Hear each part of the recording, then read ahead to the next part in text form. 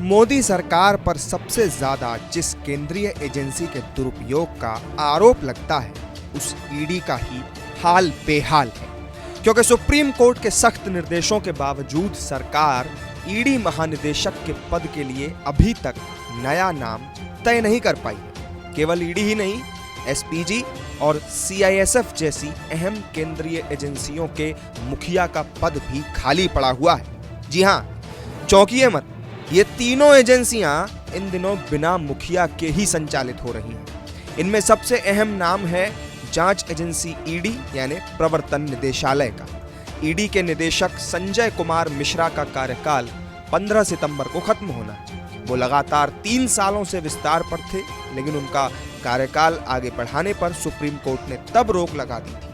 संजय मिश्रा के नाम पर अदालत में इसलिए भी बवाल छेड़ा था क्योंकि इनकम टैक्स विभाग में रहते हुए वो नेशनल हेराल्ड के उस मामले की भी जांच कर चुके हैं जिसमें राहुल गांधी पर जांच की तलवार लटकी है। सर्वोच्च अदालत में जब इस मामले पर सुनवाई हुई तब अदालत ने 15 सितंबर तक का वक्त सरकार को देते हुए कहा था कि क्या इतने बड़े देश में ईडी मुखिया के तौर पर आपको कोई दूसरा योग्य अफसर नहीं मिल पा रहा।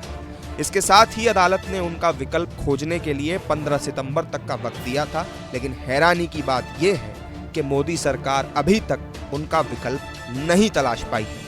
बल्कि अब कयास तो इस बात के भी लगाए जा रहे हैं कि संजय मिश्रा को ही सरकार अब नई जिम्मेदारी देते हुए सीबीआई और ईडी का जॉइंट चीफ बना सकती है। हालांकि आधिकारिक तौर पर सरकार ने इसकी पुष्टि नहीं की है। ईडी चीफ के अलावा औद्योगिक सुरक्षा का जिम्मा उठाने वाली फोर्स सीआईएसएफ के डीजी का भी चुनाव अभी तक नहीं हो सका है। सीआईएसएफ के डीजी शीलवर्धन सिंह 31 अगस्त को रिटायर हो गए थे और उनकी जगह 1979 बैच के अधिकारी नीना सिंह को सीआईएसएफ की डीजी का अतिरिक्त चार्ज दिया गया, लेकिन ये अंतरिम व्यवस्था ही थी। अभी तक सुरक्षा एजेंसी को नियमित महानिदेशक की नियुक्ति का इंतजार है। सरकार के एक अन्य करीबी अधिकारी रहे अरुण कुमार सिन्हा का इसी महीने निधन हो गया था। वो प्रधानमंत्री की सुरक्षा करने वाली एजेंसी एसपीजी के मुखिया थे। केरल कैडर के 61 वर्षीय अधिकारी अरुण सिन्हा कैंसर से जूझ रहे थे। उन्हें 2016 में एसपीजी का डायरेक्टर बनाया गया। इसी साल 30 मई को उनका कार्यकाल खत्म होने वाला था, लेकिन उससे एक दिन पहले ही उन्हें सेवा विस्तार दिया गया।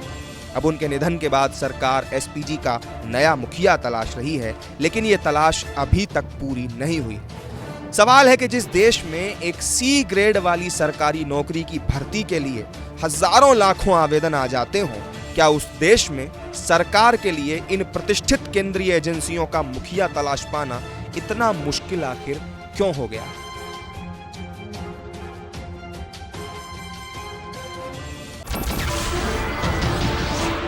नमस्कार, मैं हूं मानक गुप्ता। अगर आपको हमारा ये वीडियो पसंद आया हो तो इसे लाइक और शेयर जरूर करें, और हाँ, हमें सब्सक्राइब और फॉलो करना ना भूलें ताकि आप देश और दुनिया की कोई खबर मिस ना करें। तो जुड़े रहिए हमारे साथ और देखते रहिए न्यूज़ 24।